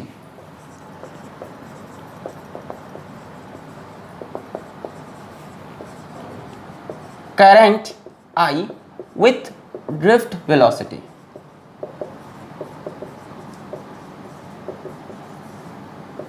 VD। ठीक है, ये डेरिवेशन बहुत आती है कि करंट का ड्रिफ्ट वेलोसिटी से क्या रिलेशन है। तो इसका जो आंसर आने वाला लिख दें पहले से, है ना, आप याद आ जाए, आपने किताब में देखा होगा, I is equals to VDENA। Different terms की क्या मीनिंग है, पढ़ो तब समझो। चलें स्टार्ट करें। करंट और ड्रिफ्ट वेलोसिटी के बीच का क्या रिश्ता है, पवित्र रिश्ता है, टेंशन ना लें। मान लीजिए यहाँ एक कंडक्टर है, ठीक है, इस कंडक्टर में कोई करंट वगैरह फ्लो कर रहा है। अच्छा, मान लो यहाँ पे हम एक क्रॉस सेक्शन कंसिडर करें, सॉरी, यहाँ पे हम एक क्रॉस सेक्शन कंसिडर करें ऐसे, और मान लें कि dt टाइम में इस क्रॉस सेक्शन में जितने इलेक्ट्रॉन्स थे वो dt टाइम में यहां से आगे बढ़ के मान लो यहां पहुंच गए। ये इलेक्ट्रॉन सब यहां पहुंच गए। इसको हम बोल देते हैं फर्स्ट, इसको बोल देते हैं 1'। जितने इलेक्ट्रॉन्स यहां थे वो यहां से यहां पहुंच गए, कितने टाइम में, इन अ टाइम इंटरवल dt। यहां लिख देते हैं इन अ टाइम इंटरवल dt। ठीक है, अब एक बात बताओ, जब ये इलेक्ट्रॉन्स यहां पहुंचेंगे तो इनके पीछे वाले इलेक्ट्रॉन्स इसमें आ जाएंगे। जब ये इलेक्ट्रॉन्स बच्चों, यहाँ वाले इलेक्ट्रॉन्स मूव करते हुए, ये इलेक्ट्रॉन्स मूव करते हुए यहाँ पे आ गए इस क्रॉस सेक्शन के, जिसका एरिया मान लो A है, ये मूव करते हुए जब यहाँ आ गए तो इनके पीछे के इलेक्ट्रॉन इनको फॉलो करते हुए इसमें जमा हो जाएंगे, यानी इसके अंदर भी कुछ इलेक्ट्रॉन्स जमा होंगे। भाई इलेक्ट्रॉन्स तो पूरी जगह है, पूरे में इलेक्ट्रॉन बिखरे हुए हैं ना। मेटल्स या कंडक्टर के पास क्या होता है, कंडक्टर के पास बहुत ढेर सारे फ्री इलेक्ट्रॉन होते हैं। इसको हम कैसे बताते हैं, इसको हम बताते हैं n से। n को हम बोलते हैं नंबर ऑफ फ्री इलेक्ट्रॉन्स पर यूनिट वॉल्यूम। ध्यान देना, n का मतलब नंबर ऑफ इलेक्ट्रॉन्स नहीं है, नंबर ऑफ फ्री इलेक्ट्रॉन्स पर यूनिट वॉल्यूम ना। इलेक्ट्रॉन की डेंसिटी है, किसी भी चीज़ को वॉल्यूम से डिवाइड करो तो उसकी डेंसिटी आती है। इलेक्ट्रॉन की क्या डेंसिटी है, कितना घना इलेक्ट्रॉन है ना। इसको हम लोग बोलते भी हैं क्या, free electron density. n is not number of electron, n is number of electron पर यूनिट वॉल्यूम। अगर आप मेटल के लिए देखो, कॉपर वगैरह गुड कंडक्टर के देखो तो ये होता है 10 की पावर 29 इलेक्ट्रॉन पर मीटर क्यूब। 1 मीटर के क्यूब में, 1 मीटर के क्यूब में, ये 1 मीटर होता है, इसका क्यूब बना लो, जुम जुम जुम जुम जुम, ये क्यूब बन गया, जुम जुम जुम, ये डब्बा तैयार हो गया। इस क्यूब के अंदर 10 की पावर 29 फ्री इलेक्ट्रॉन्स है, इसीलिए मैंने कहा था बटेरे फ्री इलेक्ट्रॉन्स होते हैं। इसको हम एक्सप्रेस करते हैं नंबर ऑफ फ्री इलेक्ट्रॉन पर यूनिट वॉल्यूम। तो हम क्या बोल रहे हैं कि बच्चों जब ये इलेक्ट्रॉन dt टाइम में यहाँ पहुंचेंगे तो इसके पीछे वाले सारे इलेक्ट्रॉन भी तो आगे बढ़ेंगे। अरे सब ड्रिफ्ट वेलोसिटीज चल रहे होंगे, यहाँ पे एक्सटर्नल पोटेंशियल डिफरेंस अप्लाइड है, इलेक्ट्रिक फील्ड अप्लाइड है, टेंशन ना ले। यहाँ पे हमने इलेक्ट्रिक फील्ड अप्लाई कर दी है, मान लो इस डायरेक्शन में, ऐसे टी पुटुक पुटुक, ठीक है। हमने यहाँ पे E एक्सटर्नल लगा रखा है इस तरफ, तो सारे इलेक्ट्रॉन इधर भागेंगे। तो हमने कहा जब ये यहाँ पहुंचा तो इसके पीछे इलेक्ट्रॉन इसमें भर गया के, इन सब में यहाँ पूरा इलेक्ट्रॉन भरा हुआ है कि नहीं। अगर हम आपसे पूछें कि dt टाइम में इसमें से कितने इलेक्ट्रॉन पास किए, number of electrons that passed cross section 1 in cross section 1 in time dt, कितने इलेक्ट्रॉन पास किए भाई। जितने इसमें से पास किए होंगे dt में से, dt भी मतलब एक टाइम इंटरवल है, थोड़े से पहले पास, ये देखो ये आगे बढ़ता जा रहा है और इसके पीछे वाले अंदर घुसते जा रहे हैं ऐसे ट्रेन बना के छुक छुक छुक छुक छुक, इसके पीछे भी इलेक्ट्रॉन्स है, ये समझ रहे हो। तो जैसे जैसे ये इलेक्ट्रॉन आगे बढ़ रहे हैं ये इसका पीछा कर रहे हैं। तो हमने पूछा dt टाइम में कितने इलेक्ट्रॉन इसको पास किए, तो जितने इलेक्ट्रॉन पास किए वही तो इसके बीच में भर जाएंगे। आराम सोचो, dt टाइम में जितने इलेक्ट्रॉन, जैसे ये मान लो जब यहां पहुंचा और लास्ट dt का एकदम आखिरी समय चल रहा है, उस टाइम जो इलेक्ट्रॉन्स यहां से क्रॉस किए वो यहीं पे तो होंगे। जब ये यहां पहुंचेगा तो इसके पीछे इलेक्ट्रॉन इसको फॉलो करेंगे, यानी dt टाइम में जितने इलेक्ट्रॉन इसको पार किए होंगे, ये यहां पहुंच गया, इलेक्ट्रॉन इसके पीछे, तो dt टाइम में जितने इलेक्ट्रॉन इसके अंदर भरे हैं वही तो इसको क्रॉस किए, is equals to all electrons contained in shaded region, है कि नहीं। ये dt टाइम में यहां पहुंचा, इसके पीछे के इलेक्ट्रॉन इसको फॉलो कर रहे हैं, तो सारे इलेक्ट्रॉन आके यहां भर जाएंगे कि नहीं। ये यहां तक पहुंचा और इसके पीछे के इलेक्ट्रॉन यहां, तो इनिशियल पोजीशन ये थी, ये यहां थी, इतने इलेक्ट्रॉन इसमें भर गए, ठीक है। ये हुए नंबर ऑफ इलेक्ट्रॉन्स। अब हमसे कोई पूछे what is the charge that has passed, charge passing cross section 1 in time dq, इसको हम बोल देते हैं dq चार्ज पास किया यहाँ से यहाँ। तो बच्चों कितना चार्ज पास करेगा, जितने इलेक्ट्रॉन यहाँ भर गए उतना ही चार्ज पास किया होगा। अरे भैया dt टाइम में इसमें से जितने इलेक्ट्रॉन पास किए वो यहाँ भर गए, यानी ये सारे इलेक्ट्रॉन्स इसमें से dt टाइम में इस क्रॉस सेक्शन से पास किए होंगे। जो यहाँ भरे वो यहीं से तो पास करके गए हैं। dt टाइम में ये यहाँ पहुंचा, इसके पीछे के इलेक्ट्रॉन यहाँ आए, मतलब dt टाइम में इसमें से कितने इलेक्ट्रॉन निकले, ये सारे, तो इतना चार्ज इसमें से पास किया। तो चार्ज निकालने के लिए क्या करो, नंबर ऑफ इलेक्ट्रॉन्स को मल्टीप्लाई कर दो चार्ज ऑन इलेक्ट्रॉन से। कितने इलेक्ट्रॉन इसमें से पास किए, जितने इसमें भर गए, कितने भरे हैं निकाल सकते हो। कैसे निकालोगे, नहीं समझ रहे, बात समझ रहे हो कि नहीं। हमने पूछा यहाँ से कितने चार्ज पास किया या कितने इलेक्ट्रॉन पास किए, जितने इसके अंदर भरे उतने ही पास किए। इसके अंदर कितने भरे निकाला जा सकता है, बिल्कुल निकाला जा सकता है। n नंबर ऑफ इलेक्ट्रॉन पर यूनिट वॉल्यूम, इसका वॉल्यूम निकाल लो। ये डिस्टेंस कितना होगा, ये किस स्पीड से इलेक्ट्रॉन चल रहा है, इलेक्ट्रॉन सारे आगे भाग रहे हैं किस स्पीड से, ये इलेक्ट्रॉन्स किस स्पीड से आगे भाग रहे हैं, ड्रिफ्ट स्पीड से। तो डिस्टेंस कितना होगा, v drift into time dt। और इसका एरिया कितना बोल रखा है, a, तो length into area. So number of electrons क्या हो जाएंगे, n नंबर ऑफ इलेक्ट्रॉन्स पर यूनिट वॉल्यूम, और इसका वॉल्यूम देख लो, वॉल्यूम कितना होगा, length vd into D T into area. Charge on electron is e, ये हो गया dq। बोलो आया, नहीं आया, फील नहीं आया। मैंने कहा dq निकालना है, कितना चार्ज इसमें से पास किया, मैंने कहा उतना ही पास किया जितना इसके बीच अंदर आके भर गया। मैंने कहा इसके अंदर कितने इलेक्ट्रॉन भरे ये निकाला जा सकता है। हाँ, इसका वॉल्यूम को मल्टीप्लाई कर दो नंबर ऑफ इलेक्ट्रॉन पर यूनिट वॉल्यूम। इसका वॉल्यूम कितना होगा, vd इंटू डी टी, ये हो गई लेंथ, एरिया हो गया a। ये इसका वॉल्यूम हो गया, इसको मल्टीप्लाई कर दो नंबर ऑफ इलेक्ट्रॉन पर यूनिट वॉल्यूम से। ये कैसे vd इंटू डी टी हुआ, ये इलेक्ट्रॉन जो भागा किस स्पीड से भागा था, v ड्रिफ्ट वेलोसिटी से। ये यहाँ से यहाँ पहुँचा है, कितना टाइम लिया, dt टाइम। तो डिस्टेंस कितना हो गया, स्पीड इंटू टाइम। अब ये कितना हो गया, dq, और dt को इधर ले आओ। So dq by dt is equals to VDENA। इसी को आप करंट I बोल सकते हो। I is equals to VDENA, I is equals to VDENA, वीना। I is equals to VDENA। अब इसमें VD क्या है, ड्रिफ्ट वेलोसिटी, E क्या है, चार्ज ऑन इलेक्ट्रॉन, N क्या है, free electron density, number of electron पर यूनिट वॉल्यूम, A क्या है, एरिया ऑफ क्रॉस सेक्शन। इसको आप ऐसे याद रख सकते हो, current I is equals to Veena.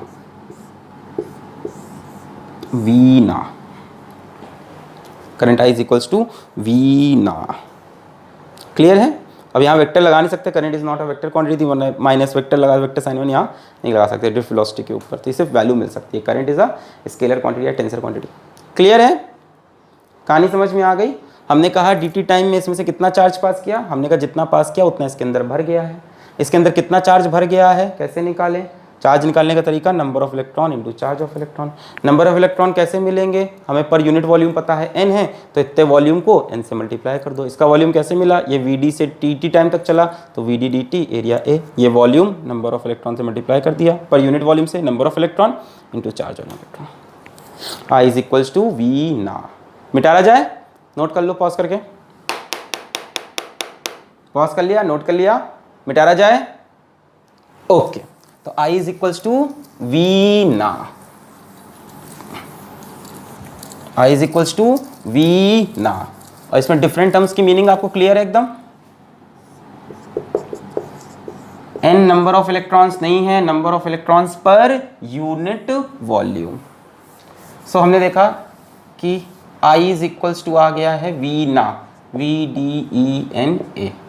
अब ड्रिफ्ट वेलोसिटी की वैल्यू रख दो in terms of potential difference, EV by MLENA बोल सकते हैं। यहाँ देखो I is equals to NE square upon ML, अच्छा टाउ भी होगा ना, इंटू टाउ एवरेज, ये ड्रिफ्ट वेलोसिटी की value. I is equals to VDENA, drift velocity की value EV by ML into tau, बोल दे इसको टाउ एवरेज को थोड़ी देर के लिए, NA, ठीक है, समझ लेना टाउ एवरेज है। I is equals to ENA, हाँ ये, तो I is equals to NE square upon ML tau into V।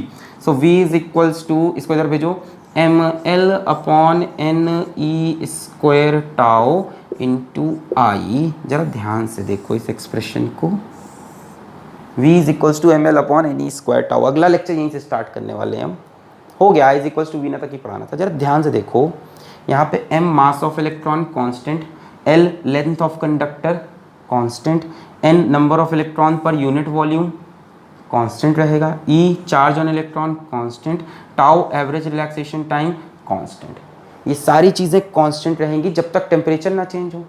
भाई टेम्परेचर चेंज होने पे ये बढ़ जाएगा, टेम्परेचर बढ़ाओगे तो ज़्यादा इलेक्ट्रॉन्स और निकल के आ जाएंगे, है ना, टेम्परेचर आयनाइजेशन बढ़ जाएगा। टेम्परेचर बढ़ाने पे टाउ भी इफेक्ट होगा, टाउ कम हो जाएगा। भाई टेम्परेचर बढ़ाओगे तो लड़ना जल्दी जल्दी स्टार्ट कर देंगे, तो रिलैक्सेशन टाइम कम हो जाएगा। मतलब टेम्परेचर से इफेक्ट हो सकता है, अदरवाइज ये कांस्टेंट है ना। What is this, mass of electron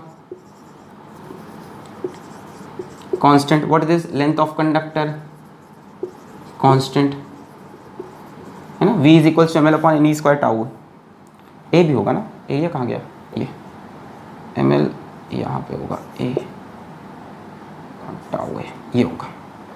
अब सही है, V ना, V की जगह ये एरिया इसके साथ मल्टीप्लाइड है, फिर एरिया नीचे आ जाएगा, ML upon NE square tau है। N क्या है, N है नंबर ऑफ फ्री इलेक्ट्रॉन पर यूनिट वॉल्यूम, E क्या है, चार्ज ऑन इलेक्ट्रॉन, ठीक है। टाउ क्या है, एवरेज रिलैक्सेशन टाइम, A क्या है, cross section area of conductor. तो ये सभी क्वांटिटी देखो कांस्टेंट रहनी है, इसमें कोई भी क्वांटिटी आप देखो चेंज होती हुई नहीं दिखाई पड़ रही है।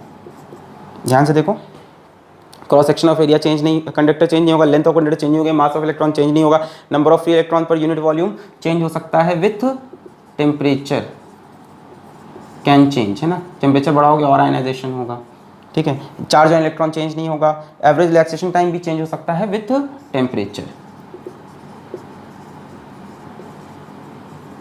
टेम्परेचर बढ़ाओगे जल्दी जल्दी कोलिजन होगा, तेजी तेजी से लड़ेंगे तो रिलैक्सेशन टाइम कम हो जाएगा। पर अगर टेम्परेचर भी कांस्टेंट है तो क्या हम बोल सकते हैं V is directly proportional to I? क्या यही ओम्स लॉ है? Provided temperature remains constant, the potential difference across the ends of conductor is directly proportional to the current flowing in the conductor provided temperature is constant. ये है Ohm's law. Feel हुआ आज आपको Ohm's law? इसको next lecture में हम उठाएंगे यहीं से। V is equals to ML upon NE square tau A into I। बच्चों यही रेजिस्टेंस बन जाएगा V is equals to I R से। नेक्स्ट लेक्चर यहीं से उठाएंगे। तो ओम्स लॉ यहाँ से आता है, फील मिला आज ओम्स लॉ का, क्योंकि ये सारी चीज़ें कांस्टेंट हैं, कंडक्टर में ही लगता है ओम्स लॉ, है ना, क्योंकि ये सारी चीज़ें कांस्टेंट है और इसमें से ये और ये टेम्परेचर के साथ चेंज हो सकती हैं, इसीलिए बोलते हैं एट कांस्टेंट टेम्परेचर। तो आज का लेक्चर यहीं पे रोकते हैं, काफ़ी लेंदी लेक्चर हो गया। अगला लेक्चर लेके आते हैं इसी में आगे कि भाई ओम्स लॉ का फील क्या है, रेजिस्टेंस क्या होता है, ये रेजिस्टेंस है V is equals to I R से। ठीक है, तो पढ़ाई करते रहें, ऑल द वेरी बेस्ट।